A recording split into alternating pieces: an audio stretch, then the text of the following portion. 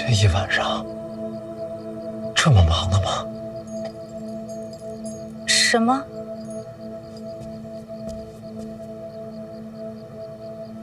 没什么，婉儿，对不起啊，我得出去一趟，很快回来。回来我跟你解释。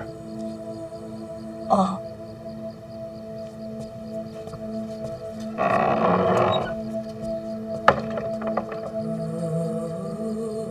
说，这么长时间了，你去哪儿了？和苦荷打了一架。我知道，为了我。除了打架，我还问了一些当年的事。我忘了很多事，我想记起来。苦荷怎么说？小姐的事，她不愿提。我娘来自神庙。神庙？啊，苦荷他们当年一路北上，亲眼见到我娘自神庙而出。说，你说会不会你也是出自神庙？神庙？我想不起来。没关系，我陪你北上，咱们一起找。等找到神庙，没准你就能想起来。去不了。为什么？你成亲了。那也不冲突啊，成亲了可以和婉儿一起去。说，刚才拜长辈的时候，我就在想，要是你在，我跟婉儿得一起拜。你为何不问问我？和苦荷一战之后，我去了哪里？你去了哪儿？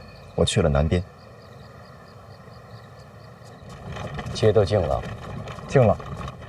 他们不回院里，只为了吃饭。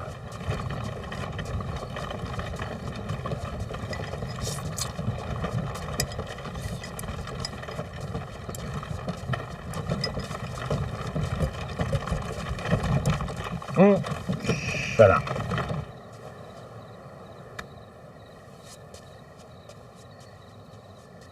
一个3处主办，一个6处主办，都是监察院的顶梁柱。半夜在大街上打架，这样传出去，丢不丢人？不至于啊，谁说不至于啊？丢人也丢不着我的人呢。我天天蒙着个脸，京都上下监察院内外，哪个知道我的名字？你隐藏身份就是为了打架豁得出去是吗？是他先动的手。不是，这个今天什么日子？我徒弟大婚。我知道，你这贼眉鼠眼的，一看就没好事儿。我得拦着他来。哎，你是怎么看出我贼眉鼠眼的？不，就你这姿势就贼眉鼠眼。把你吃个馒头，你就把面具摘了，你好好吃。我又不是没见过你的脸，这大街上也没人，你还怕谁看着啊？吃你的面。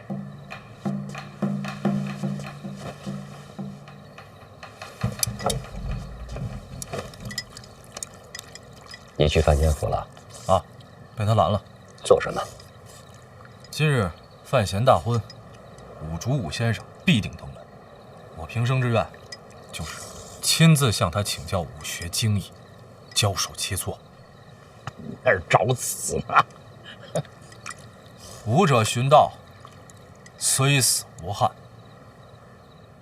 北界，你是什么时候回的京都？我这一路狂赶，我这不是刚回来，连饭都没吃呢。一路南下，我就惦记这口呢，还得说京都。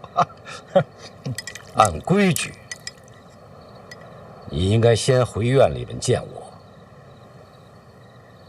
是呀，这不是说了吗？我徒弟今天大婚，我怎么着也得，是吧？啊，当然我不会打扰他，我不打扰他，我也不允许别人打扰他。所以你就一直守在范贤府。对啊，没摆手啊，把他给拦下了。北界啊，你一路追杀凶手，自南而来。跟我说句实话，凶手是不是无主？我确实没看着这个凶手的脸，当然我也不相信大人会是滥杀之人啊。那就是，你说这案子做的啊，他要不是武大人，谁还能有这般身手呢？刚好这这案子发生的时候，武大人在江南。五竹为何在江南？这我还真不知道。当年我和小姐一起去过江南，我想把我们曾经走过的路再走一遍，试着找回遗失的过去。有结果吗？没有。江南死了很多人。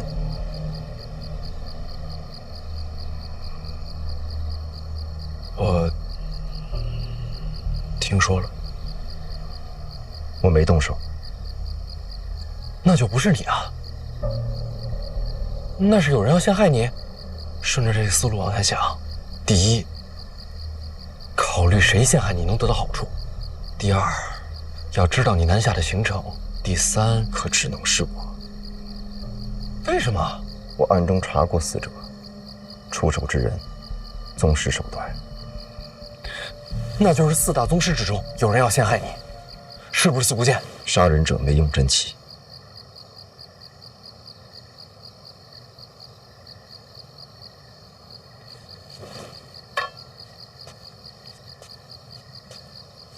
宗师手段，没有真气。放眼天下，舍我其谁？可是你说了，你没动手。是，我记得自己没动手。那就足够了。记忆丢失，有第一次，就可能会有第二次。我不能相信自己。范闲，我在。按道理讲，我不该再见你。哪有这种道理？我遗落过去，前世难寻。如今在这世上，我只有一个目的，就是保护你。若我失控会伤害你，我就会立刻远离，从此再也不出现在你身边。说你不能丢下我。你看清楚。看清楚什么？我看不见。这上面有血吗？没有。如果我记忆扭曲，遗忘过去，现实总该留下痕迹。我看得很仔细，这上面干干净净，没有一丝血迹。这一路上，我一直没让它沾水。那就说明不是你。记忆不再可信，现实不再可信，我连自己都不能相信。如今我出现在这里，因为我相信你。说，你永远可以相信我。好。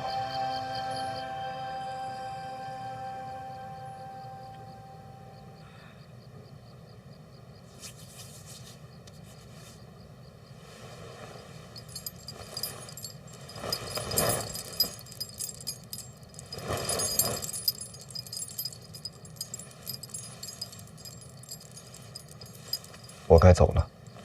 去哪儿？你别又跟我玩失踪啊！我暂时不离开京都。那咱们说好了。你成亲了，从今以后有自己的家人。你还需要我吗？我永远需要你啊！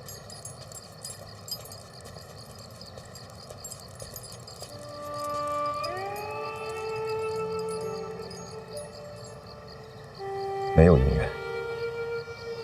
是，没有永远。但我这一生，你不能缺席。大婚之后，你带上小姐留给你的箱子，去苍山住一段。苍山？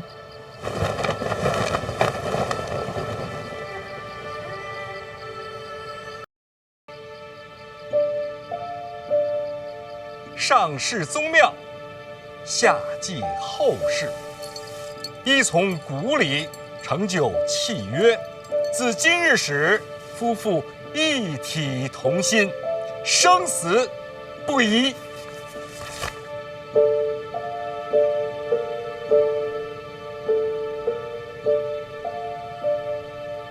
新人行礼，一拜天地神庙。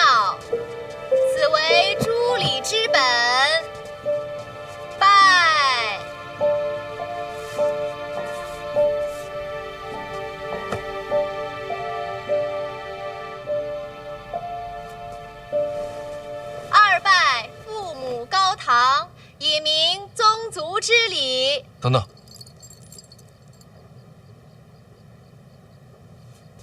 姨娘，你坐那儿。万万不可，我不是范家主母，礼法上做不得。礼法不认，我认。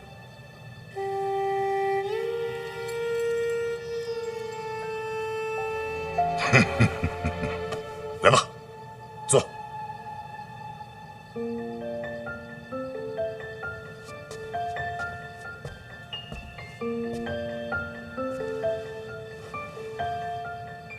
二拜父母高堂，以明宗族之礼，合体同亲。起，夫妻交拜。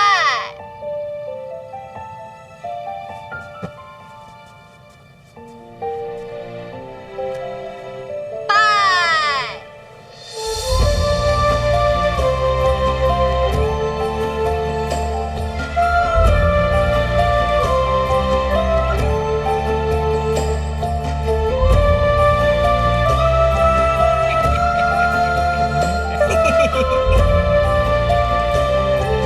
起，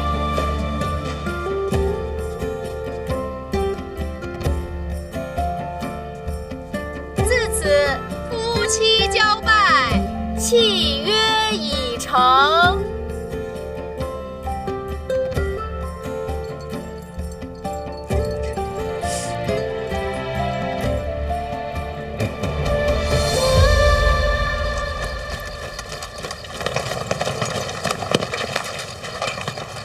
瞧瞧，还真不少啊！嘿，跟咱庙会似的。奉天承运皇帝诏曰：范林联姻，家师天成，手书一副，以为铸殿，钦此。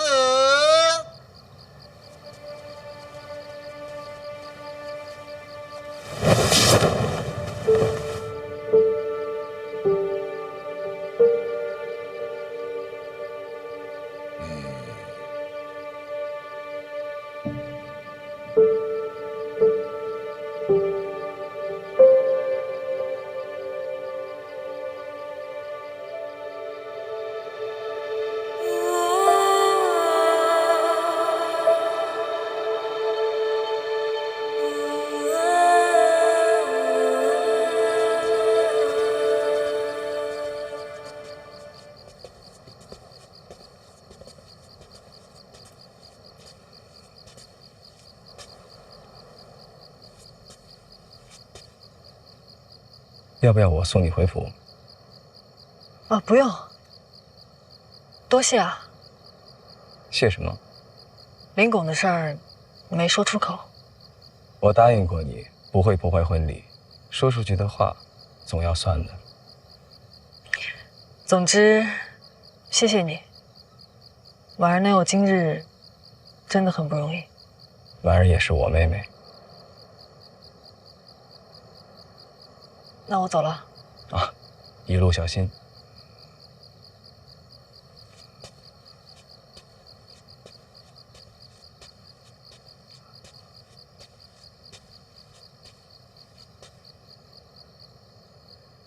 是有什么忘了吗？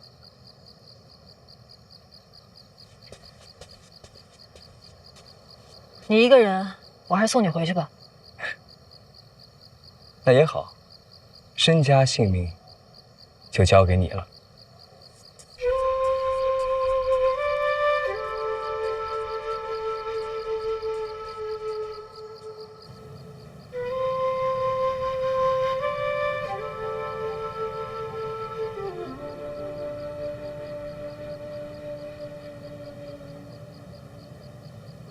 婉儿，哎，你出来，啊，别躲床底下了，都听见了。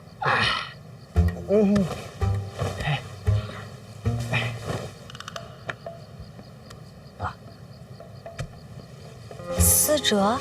哎，嫂子，哎，回去，哎，早生贵子，早生贵子。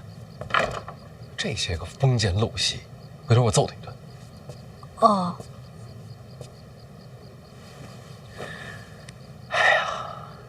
这一天呐，我就想着一件事儿。什么事儿？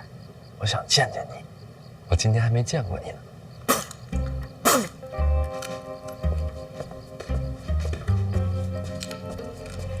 谁呀？大宝啊，大宝啊，你回去吧。小贤贤，我跟那个小东西不一样，我看完你跟婉儿亲亲以后，我就回去了。大宝听话，赶紧回屋。当心你的红果被别人偷走了。对呀，那是爹给我的红果呀！小东西，小东西，小东西！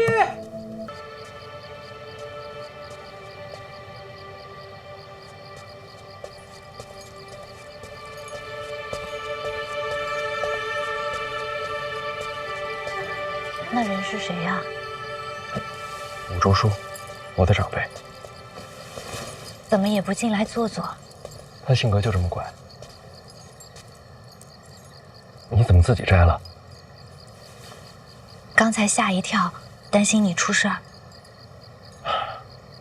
对不起啊，大婚的日子弄得乱糟糟的。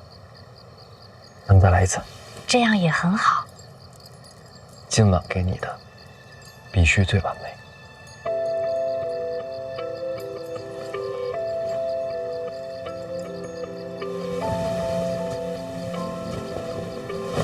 相信我。我从小在宫里生活，父亲与母亲不便探望。每到晚上，我会一个人住在一个很大的房间里。从那个时候起，我就特别喜欢看星空，因为除了星空，也没有什么可看的了。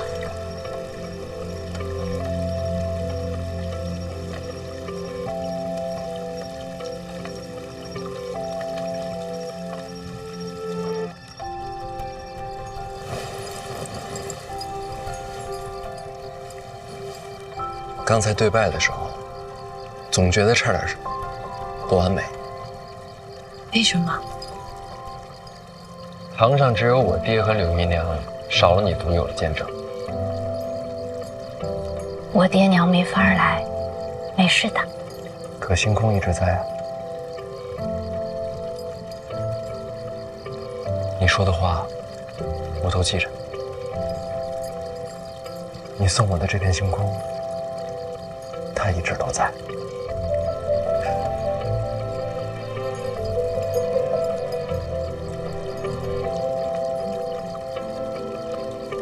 他看过你的孤独，也该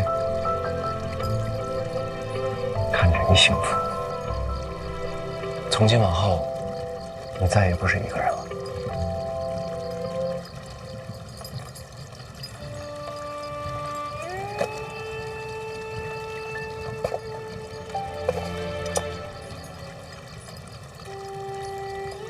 戒指，这是做什么？我自己做的，新婚良人以此为凭，共许余生。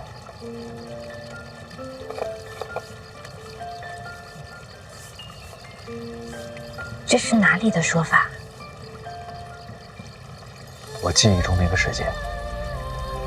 回头，我把我那些记忆都说给你听，好不好？来，给你口袋。对，就无名指。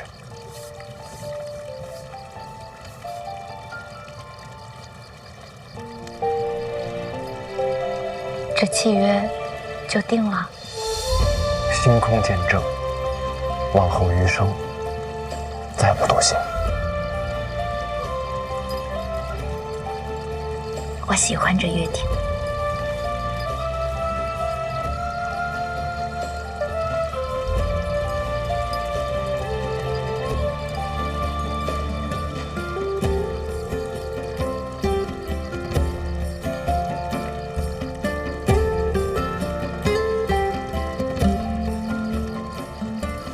我竹叔是跟你从小一起长大的，从儋州到京都，那应该有很多故事吧？我竹叔的故事，我慢慢为你讲。今天不是说故事的时候。那应该做什么？好问题。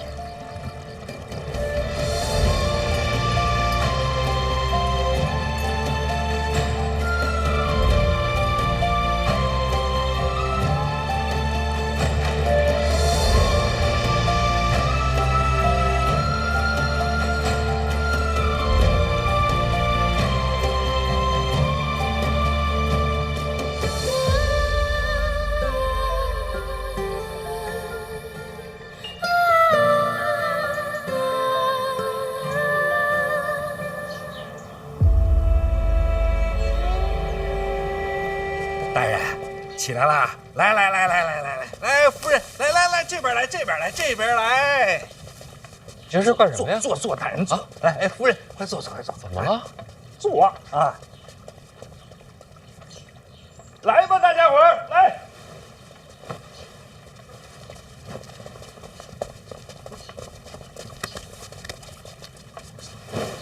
一叔这是出什么大事了？怎么全来了？大人，今天您新婚，我们应该来拜会的啊。夫人，属下王启年拜会夫人。邓子岳携一处同僚见过夫人。行了，都是同僚，拜什么拜？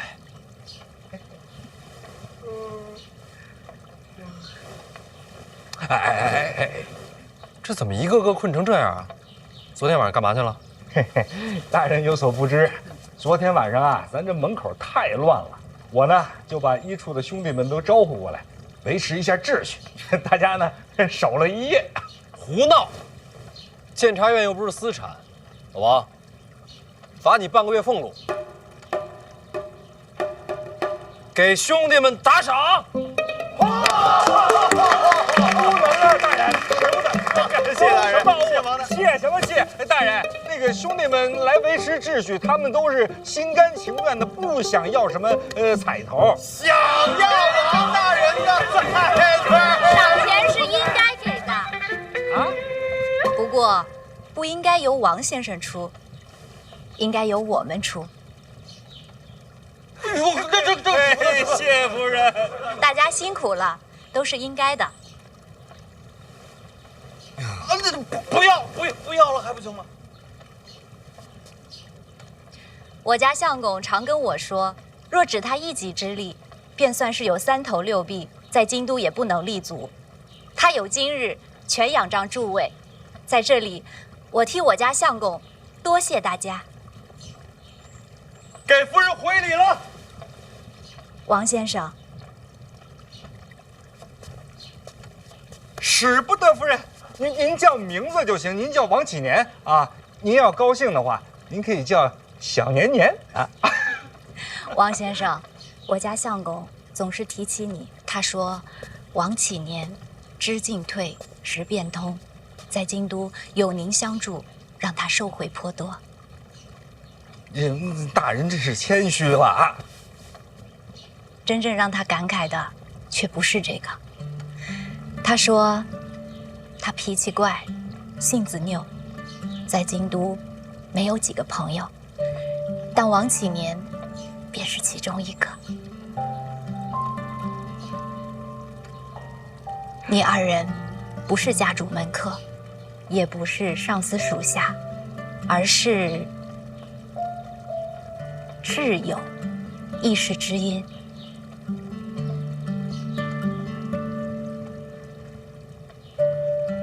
王先生，多谢你一直与我相公同行。夫人，我看您磕一个得了，我怎么样？我媳妇儿会说话吧？比我家夫人还高出一筹。哎，大人真是好福气啊！大人好福气！医术还那么多差事呢，回去忙吧。但是大人，别拘着了，那个内库的事儿我们都听说了，赶紧吩咐我们吧。我吩咐什么呀？抄家呀！京都那些个贪官，对不对？手脚都不干净。您说抄谁我们就抄谁，我们得准备一下，真的。胡闹！医处办自己该办的事儿，我自个儿的事儿我自己顶着。哦，不许自作主张。不，但我真的，管他妈！什么玩意儿？走，回去办账。告退。胡闹！这，大人我可就不自作主张了。这，不许胡来啊！哎呀，不胡来。哎，老王，你看看这个，陈院长给的随礼。庆余堂，这是当年叶青梅开创的商号啊！哎，当年那是揽尽天下之财啊！我也听说过，他的产业成了皇室内库的根基。产业是归了皇家了，可当年那些跟叶青梅一起开创这商号的一些掌柜的，都在京都呢。这庆余堂现在就是他们在办。这庆余堂是个商铺，他们自己啊不开商铺啊，他们收那些商铺东家的钱，给这些商铺啊做掌柜的。职业经理人可以啊。什么？没什么。但是叶青梅死了之后，这些掌柜的和内库还有什么瓜葛呀？陈院长给留的谜题，总得过去看一眼。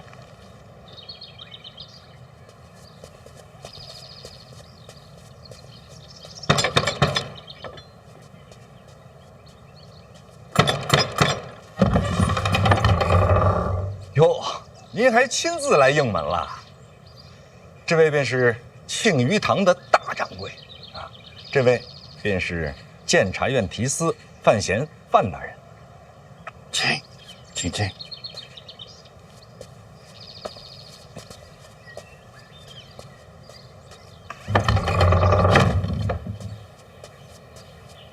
二位这边请。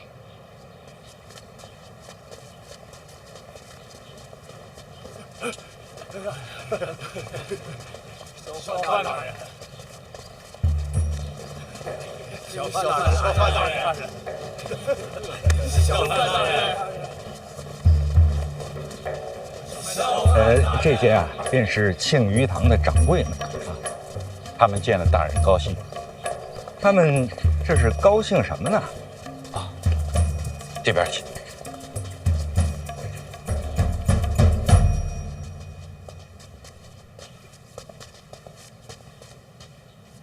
这是要办白事儿啊！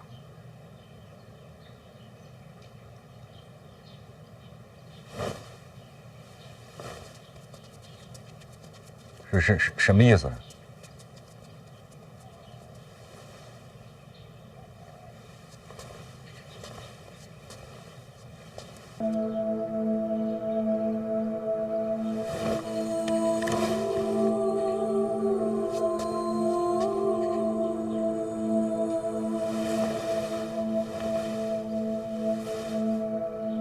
小雪，少东家回来了。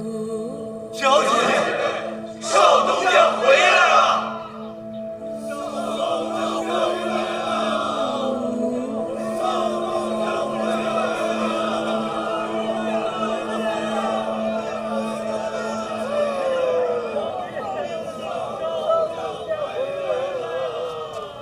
好了，我会陪少东家好好聊的。你们在这儿啊，惊着少东家了啊！告辞。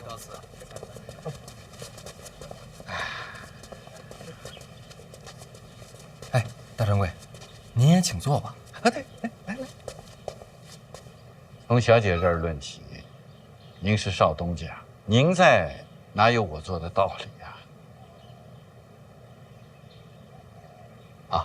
叶青梅是我娘。叶青梅是你娘？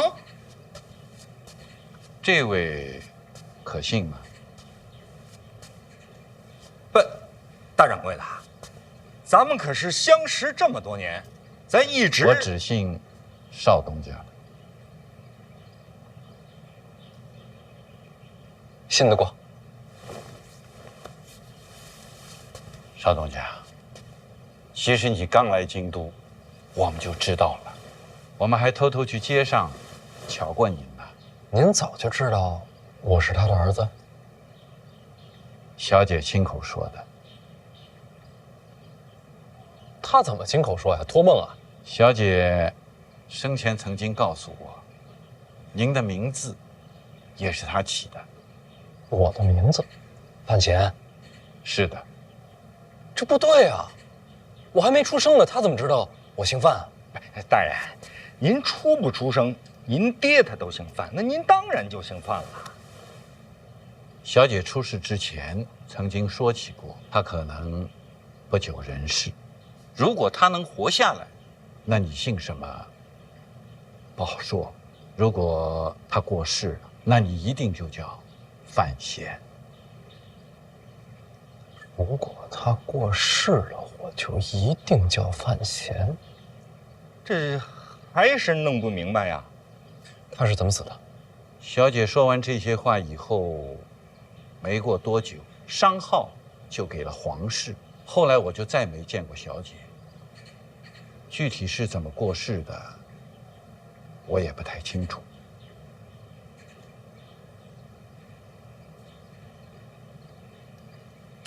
我来京都这么久，您没想着来见我？邵东家可能不知道，我们这些人啊，被盯着呢。陛下亲自下过旨，叶家的旧人，一个都不许离开京都。皇室忌惮，忌惮你们，忌惮小姐。尽管小姐已经离开人世这么多年了，可他们还是胆战心惊。就连我们这些曾经帮着做买卖的人，也被暗中盯着。我们不敢来找您，怕给您惹麻烦。可是，您到京都以后的种种事迹呢，我们都知道。您当年一直待在他身边做事？小姐信任，让我总管京都商号。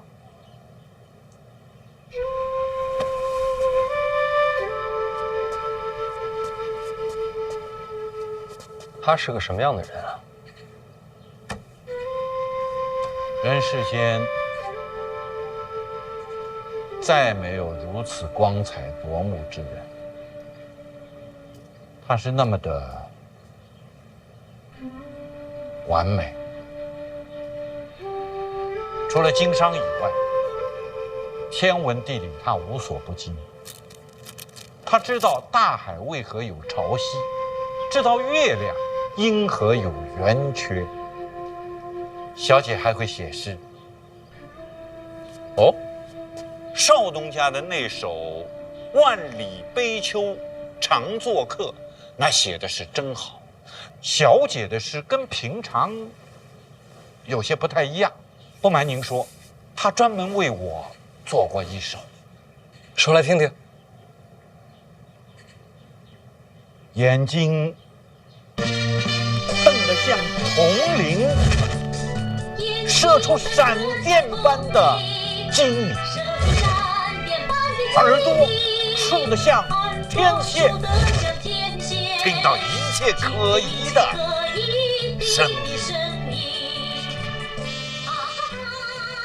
邵东家是不是有什么不解啊？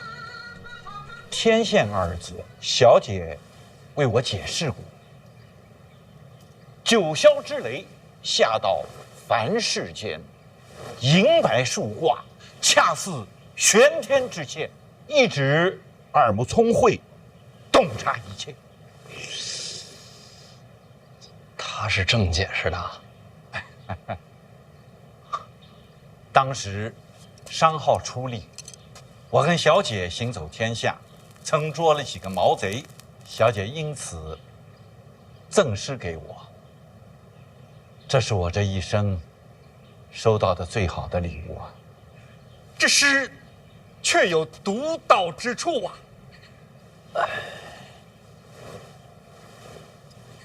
我算是知道他大概是个什么样的人了。大掌柜，这诗不光有词，还有曲子，回头我教您。好。内库的那些亏空，我们早有准备。你们有这么多钱？我们没有钱，京都的商铺有。哪家商铺有？哪家商铺都没有这么多的银子。若是把京都所有的商铺加在一起，就能填上这个窟窿了。所有商铺？我们这些人在京都各家商铺做掌柜，兢兢业业，从不贪钱。这么些年，总算有些口碑。如今京都但凡有名的商铺，用的都是庆余堂的掌柜。这么说吧，如果那些商铺有什么不可告人的秘密，我们比他们自己还要清楚。你们抓着他们的把柄呢？邵总监，给我们10天时间，一起发力，雷沙成塔，积少成多。我务必让他们凑足这2000万两，作为大婚的贺礼。大人，这可行啊！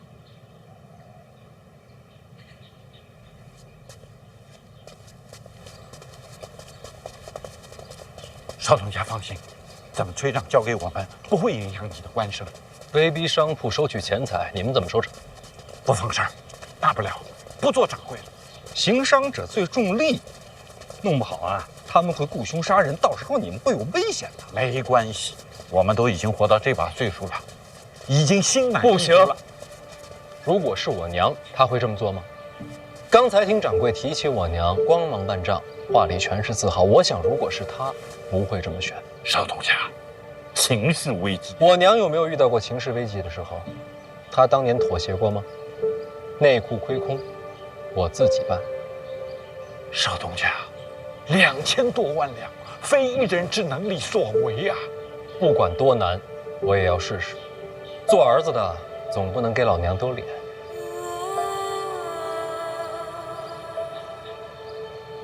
哎，不过确实有事情要麻烦大掌柜，把京都所有商铺东家的名字整理出来，列个名单给我。是。诸位，你们的心意，范闲心领。大掌柜，留步。大人，刚才大掌柜说的那个计策，我是觉得可行的。万一商户们动了杀机，我们可让一处的同僚来保护他们。先把人推下深渊，再拉他上来，性质就变了。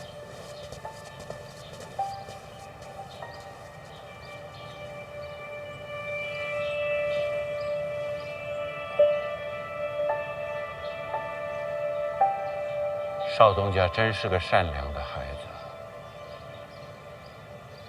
原来我以为小姐走了，那道光灭了。原来光还可以传承。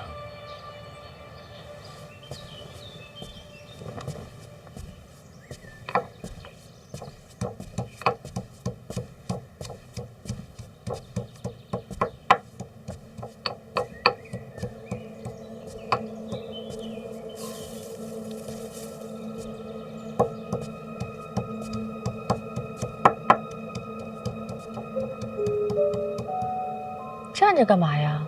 当自己家一样坐。姑姑，这就是我家。那你还客气什么？随便坐。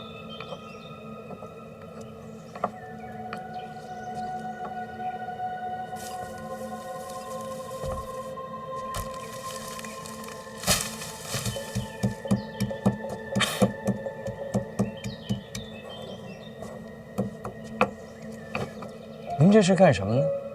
闲着也是闲着。园长，你们是刚从庆余堂回来？您这么快就知道了？他的身世你也知道了。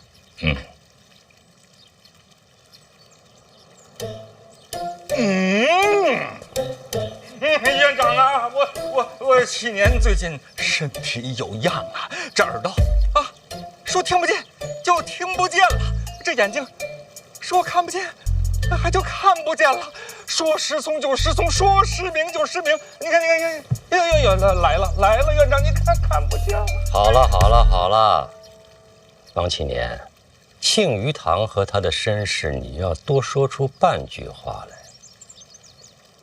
明白，7年告辞了。明白了。老王，我信得过，你吓唬他干什么？是你在吓唬我。我又怎么了？你不动用庆余堂，内库的亏空怎么办？庆余堂这件事儿是您的安排？内库亏空，陛下能不知道吗？陛下的安排。所以这笔钱宫里不能出，更不能动用户部。陛下留了一手，想利用庆余堂，让你顺利接手内库，这么大的礼，你给回了。可这事儿如果这么办的话，庆余堂那些掌柜就全完了。这事儿要是我娘，不会这么办，所以我也不这么办。志气可嘉，可银子从哪儿来？银子我自有办法。在这之前，我想先去度个蜜月。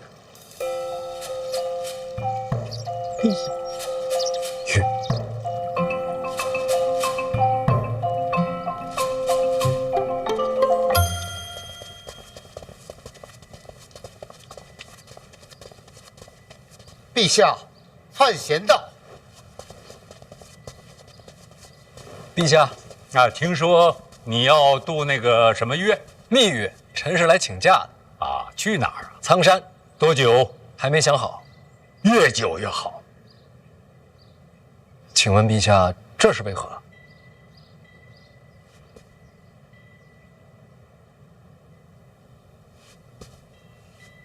有件事儿，朕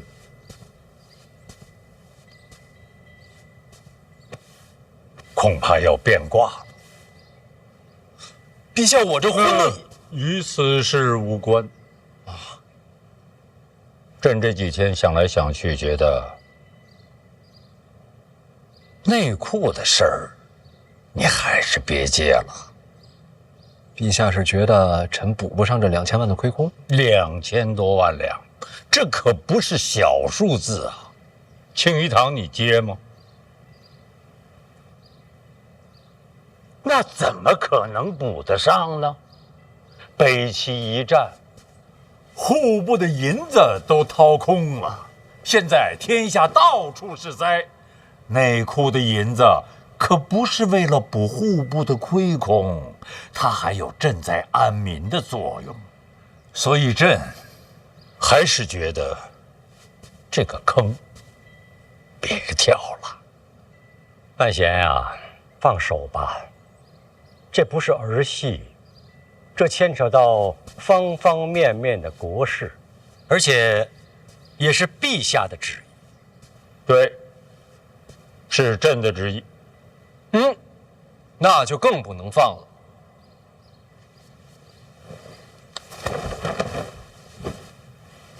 让臣接手内库也是陛下的旨意，陛下的旨意就是真理，岂能说改就改？否则如何取信于臣，又如何取信于民啊？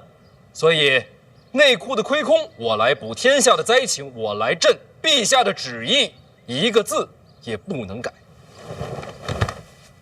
你敢抗旨？臣已接过旨。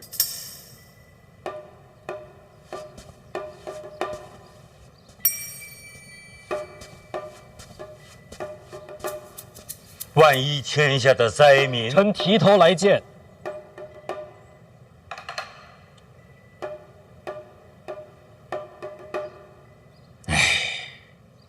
这倒严重了，但是你会降为1介布衣，不，下你的大狱。那臣谢陛下洪恩。那臣就领旨告退了。来，你要不再想想？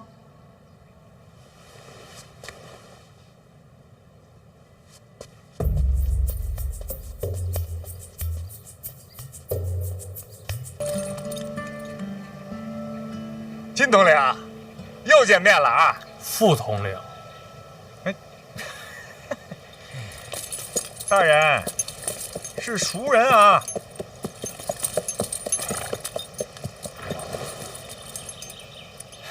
还真是熟人。院长军令，黑旗护送提司前往苍山。听统领。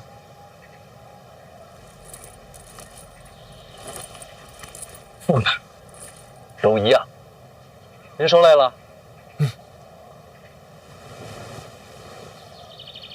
出发！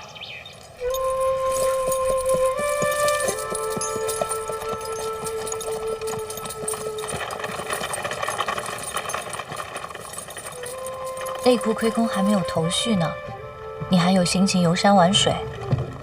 越是这样，越是要出来游山玩水啊。苍山有银子？苍山没有银子，但是我可以想办法让银子来苍山。怎么个来法？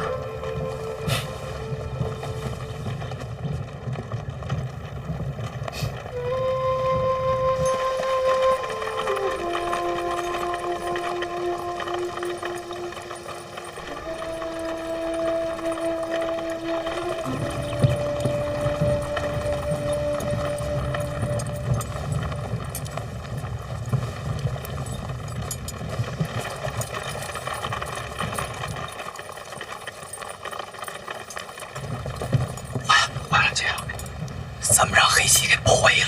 哥是监察院提司，应该的。是保护咱那儿啊？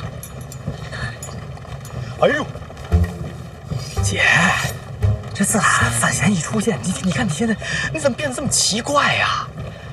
你原来是京都第一才女，你是那个写诗看书的，你这干嘛呢？小刀拉蛤蟆，这叫青蛙。那不一样吗？小刀拉青蛙。你懂什么？这叫解剖。姐，咱非得在车上剖吗？车上练，手才稳。那你这练好了有什么用啊？哥教的，说学医都要练这个。你学的兽医？不会说也数。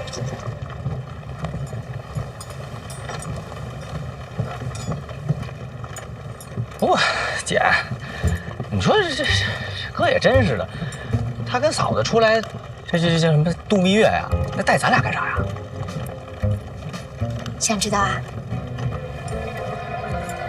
想知道，自己去问呀。你不会说也别说。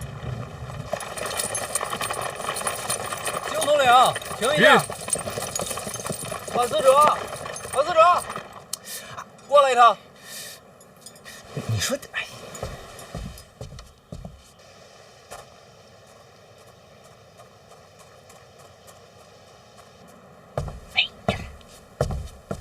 行了，走吧。去。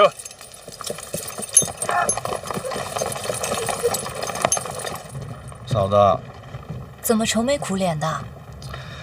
我这次从北齐回来，那是悄悄回来的。他这么一嚷嚷，这不全天下都知道了，我都暴露了。你从北齐回来瞒谁能瞒得过监察院啊？这都自己人，别瞎操心了。他现在都一手遮天了。别闹，跟你聊正事呢。您说吧。知道这会儿为什么让你上车来吗？不知道。因为你嫂子担心我呀。我先下去啊。哎，你嫂子老在那儿操心内库亏空的事儿，我得让她安心吧？怎么让她安心呢？就得找你帮忙。别拿我说事儿。你确实是担心啊。成亲那会儿，你不是老想着筹办拍卖会吗？啊，如今呢，你大显身手的时候来了。都错过那时机了。当时是为了拍卖那个婚宴名额，你都成完亲了，怎么拍卖啊？到了苍山庄园，你负责安排场地、布置流程。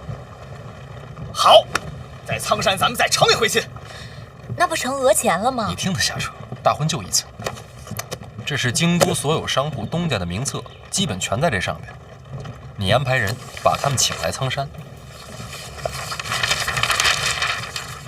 人家凭啥呀？对呀，凭什么呀？我也没弄明白，我们凭什么去啊？苍山一聚，共赏山景。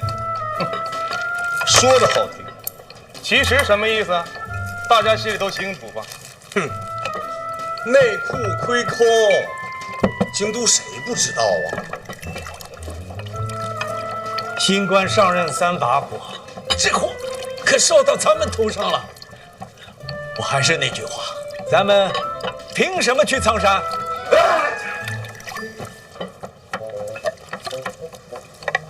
在下今日偶遇风寒，不宜远行。人家是诗仙，是重臣，这身份下请柬，谁敢不去啊？啊！说句实在话，在座的加起来，能凑出这2000多万两银子吗？我可没有钱啊，我也不行。穷归穷啊，这小范大人刚大婚，这份贺礼总是要补上的吧？哎，对，人可以去，礼金也可以准备，但准备多少就看命了。没错，只带礼金，其他没有。诸位，我已经找过督察院了。督察院那些青天啊，听闻此事那是愤怒不已啊！青天们说了，若小范大人敢恃强凌弱，他们一定血溅圣上，必除国贼。大家心里都有个底啊，安心去苍山。兄台，还是你想的周到啊！督察院的那些青天，真的愤怒了？怒不可遏，血贯瞳仁呐！这叫什么？各位，这叫喜从天降。是啊，范闲他真是昏了头了。他如今召集京都商贾，就是为了逼他们散尽家财，然后替自己补内库的窟窿。这范闲竟然如此狠毒！对，这也并不是什么坏事。这范闲口口声声说查贪官，结果呢，他自己贪赃枉法。没错，看金钱囊。各位，等苍山有了消息，咱们就一起参他。对，参他，一定要参他。咱们必须要齐心协力，替大庆除了这个奸臣。对，除了这个除奸臣，除奸臣，参他。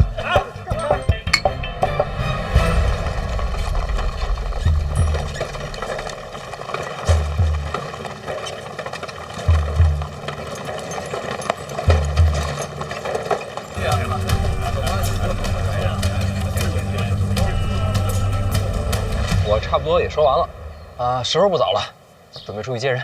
哎，哥，哎，你就打算这么着说给他们听了啊？你觉得怎么样？这是新的理念，也是重新解构了财富的意义。不太行。是我没表达明白，还是你没听懂？啊，你说的挺清楚的，我也听明白了，很了不起，也很震撼，但就是不行。为什么？哥，你了解财富，但你不了解京都。要按你这么说呀，我打赌他们肯定不会动心。所以呢？所以你就先说着，要是不成呢，你就叫我帮你说。你就这么有把握？但是你也得帮帮我啊！你稍微拖延一下时间，我得差人快马加鞭回京都拿到东西。行，时间肯定是能拖，那你要取什么？那可不能告诉你。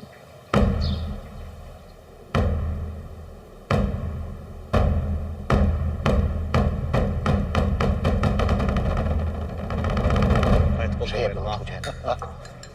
哎，诸位，各位，我们一定按之前说好的，谁也别拿钱，千万不出钱啊！拜托各位啊！记住，按之前咱们说好，拜托各位了啊！诸位，各位，我们一定按之前说好的，别动手。我们一定按说的，不能出钱，记住了。已经可以，诸位。刚才那边嘀咕什么呢？哎呀，你告诉他们坚定立场啊！若小范大人敢借新婚之名敛财，交点礼金就罢了，得要钱，我可没有啊，我可没有，我们都没有，对吧？你们啊！那大人怎么回事？飞了！这干什么呀？这是？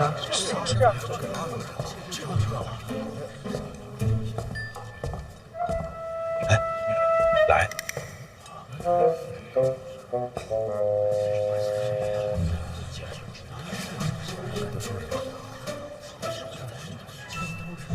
大家好，幸会，我就是范闲。我知道你们此刻在想什么，所以我事先声明一下，大婚已经结束，今日不收贺礼。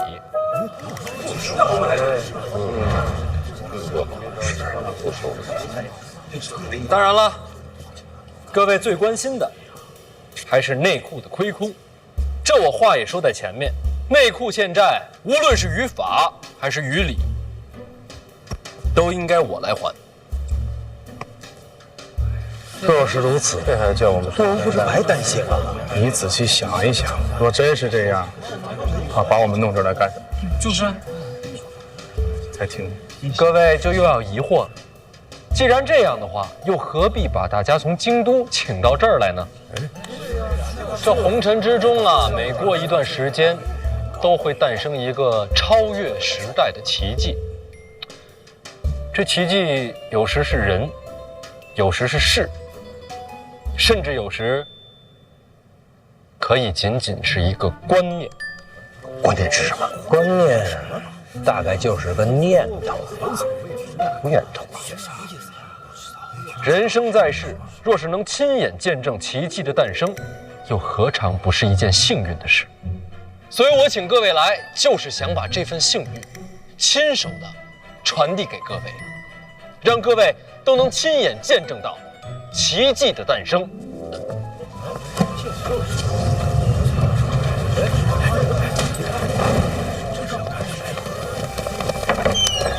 哎，这什么呀？这是？等一下，让我叫一下。那位问得好，这奇迹该叫什么名字呢？谁问了？请看，没错，正是库债。库债是什么东西啊？库债？什么库债？哎，谁的裤带？什么裤带呀？我说的是欠债，还是欠债的债吗？是裤债。快！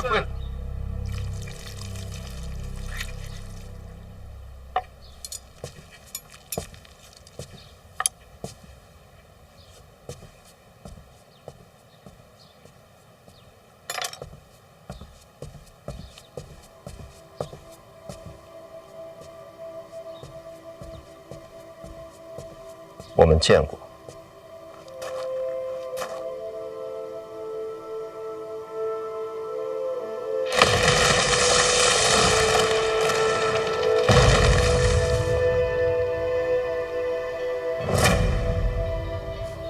五竹叔，你找我哥？我找你。找我？对。现在所有人都在那个大房间里听范闲讲话，时机正好。各位，那么这库债又是何物呢？咱们顾名思义，库是内库的库，债是欠债的债。这所谓库债，便是内库欠债。怎么样？说了半天又绕回来了。回来。各位都知道，我名下办了个淡泊书局，这几日费了些力，把第一批库债给印出来了。这每一份债券都代表着内库的一份欠债，数额和期限各不相同，而这数额和期限的不同呢，又对应着相应细则的不同。当然了，这些个细则我就不在台上赘述了，等下会书写成文分发各位。咱们就挑最重点说，拥有了它，就相当于你拥有了一份内库的欠债。什么是拥有欠债？就拿这张来说吧，这张是5000两，相当于你花了5000两，买得了内库的债主之位。表面上你是替内库还了5000两的亏空，实际上将来内库盈利之时会连本带利全部还给你。不仅如此，这债券可以交易，可以流通，甚至必要之时可以根据规则提前兑换。这谁不明白？这还是逼我们拿钱补亏空吗？没错，2000万两的欠债都在这儿了，竞价出售，价高者得。怎么个竞价呀？意思就是你出了5000两，人家出6000两，这债权就归了人家。够狠的，不止2000万了。那每个人最少买多少？自愿购买，先到先得，售完为止。还自愿，傻子才买。就是。各位可能还要问了，那我花钱买了债券，补上了内库的债务，那我能得到什么呢？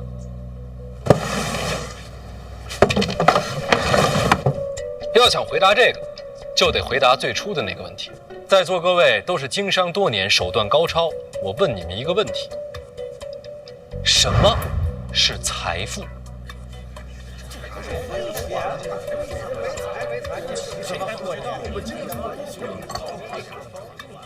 这个就是财富。哦，财富就是银子？自然金银都算。不对，金银只是衡量财富的手段，而非财富自身。什么意思啊？你刚才手上举着那块银子，大概1两？差不多。能换多少米啊？2担左右吧。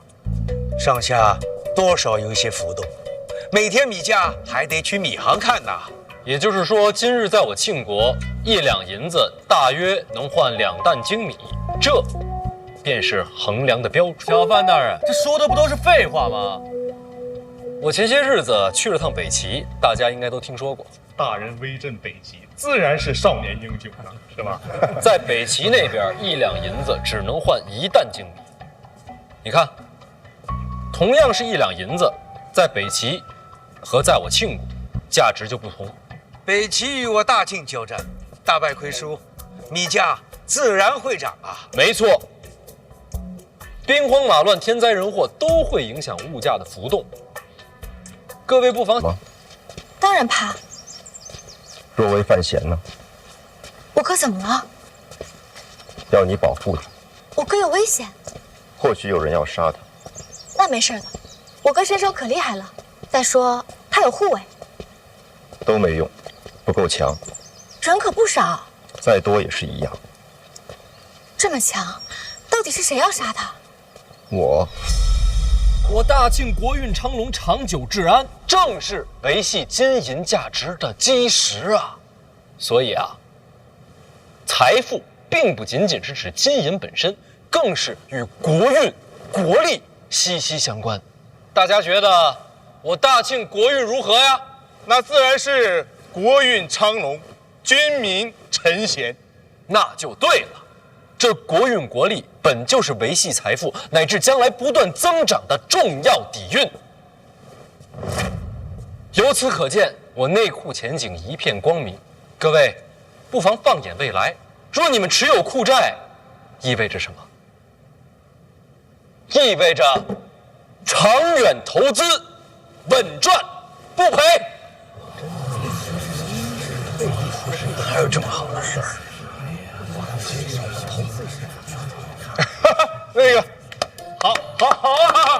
那个小范大人说的好啊！你听明白了吧？我明白。小范大人一番话，如雷贯耳，醍醐灌顶的。对。哎，各位，这小范大人是什么人啊？这可是国之重臣呐！既在监察院，又掌管内库，啊，人家都开口了。你们大家都听不懂吗？哎，小范大人，您那个什么库债，我出2万两，就当给您大婚的贺礼了。哎呀，我小范大人为了内库亏空尽心竭力，做了这么多，200两银子你也说得出口？大人，我买500两，现在就买。那我们大家都买，那我就300两。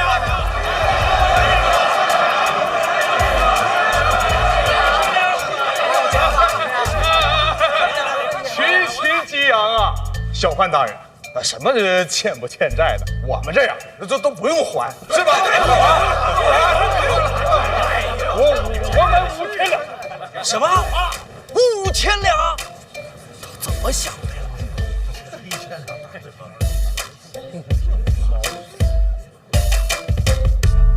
你们是不是没太听懂啊？我懂了，国运系于大人一身，支持大人责无旁贷。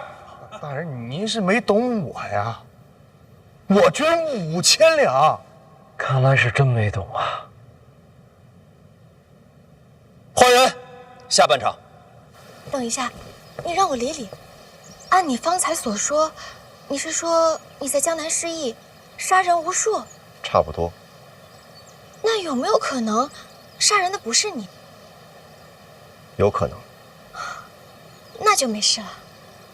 如若真有这么一个人，他的战力也该与我相近。冒昧问一下，你是什么战力？能打大宗师。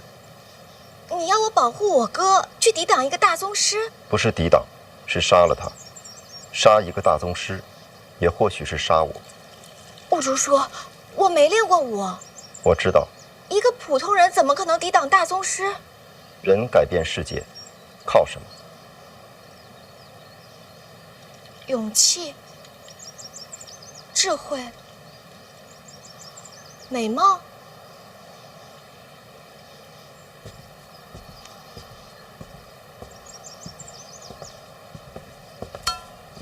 还有工具。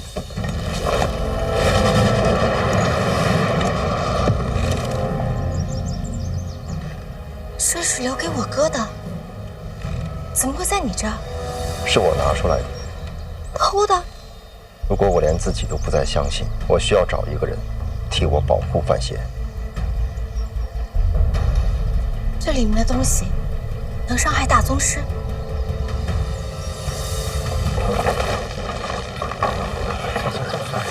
来，喝。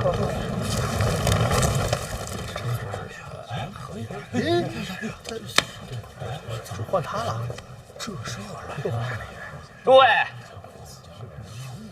饭菜都还可口啊？有什么不爱吃的，您跟我说，我让他们稍微给各位编排一样。这谁呀？好像是犯死者。他不是犯错了，不在京都吗？找死吧你！在这儿呢。哦，不认识。行，放这儿就行，下去吧。首先做一个自我介绍。我本人呢，也是一个非常痴迷于经商的小晚辈。听说今天这边啊，商贾云集，来了很多大前辈。本来呢是想和前辈们交流一下经验，但是真没想到啊，我哥，我国著名的小范大人，刚刚这一席话呀，真是醍醐灌顶，可谓是一语惊醒梦中人，说的实在太好了。也不知道小范大人这个脑袋，他这是怎么长的，里头装的是什么，怎么能想出这么多的点子？他这么一番话呀，他讲财富啊，可能不仅仅是金钱这么简单，而是国力，是国运，乃至于延展到很远很远的地方。这句话讲得太好了，真是让人受益匪浅。我觉得呀，大家还是应该多多的思考思考，研究研究，没准儿就能发现一片崭新的天地。我等已然是振聋发聩，已经非常感动了啊！还可以再震一点，再感动一点。刚才小范大人向大家提了一个问题，那我一个晚辈也斗胆向各位问一个问题。你请说。那我就问了，这内库到底是何人的产业呀？自然是皇家的产业。皇家的产业，那内库的钱是谁的钱？那便是皇家的钱。那内库的债务，那自然也是皇家的债务。说得太好了。那您各位想一想啊，如果您各位把这库债买到手，是不是就相当于为皇家分忧了呀？咱往好听了说，谁买了库债，谁就是为圣上分忧。稍微说句大不敬的话，别出去传去啊。那您各位买了库债，那不就是皇上的债主子了吗？是不是？哎，可别说是我说的啊。所以您各位好好想一想吧，买了库债，出去再做生意，别人会怎么想啊？同样的买卖，他是找您还是找那个没有买库债的人啊？所以这库债就是给各位的底气。有点道理。要这么说，是这个意思啊。阁下所言极是，库债一事是小范大人奇思妙想，所谓人存证据，小范大人这般风采，谁不敬仰啊？啊？您说人存证据？人存证据，人亡政息。各位是怕，如果我倒了，我说过的话就不算数了。还请小范大人解惑。别问我，问他。后半场，全看他的。好，这个问题问得好，小范大人回答的也好。人存证据啊，人亡政息，什么意思呀？人要是没了，那你说这债找谁去呀？说句不好听的话，小范大人万一哪天要是倒了台，那各位扔进去的钱，那自当也是打了水漂了。这句说的对。各位不要着急，你们请看。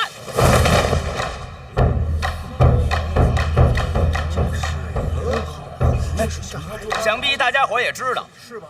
前段时间小范大人大婚，当今圣上御笔手书了4个大字送到了府上。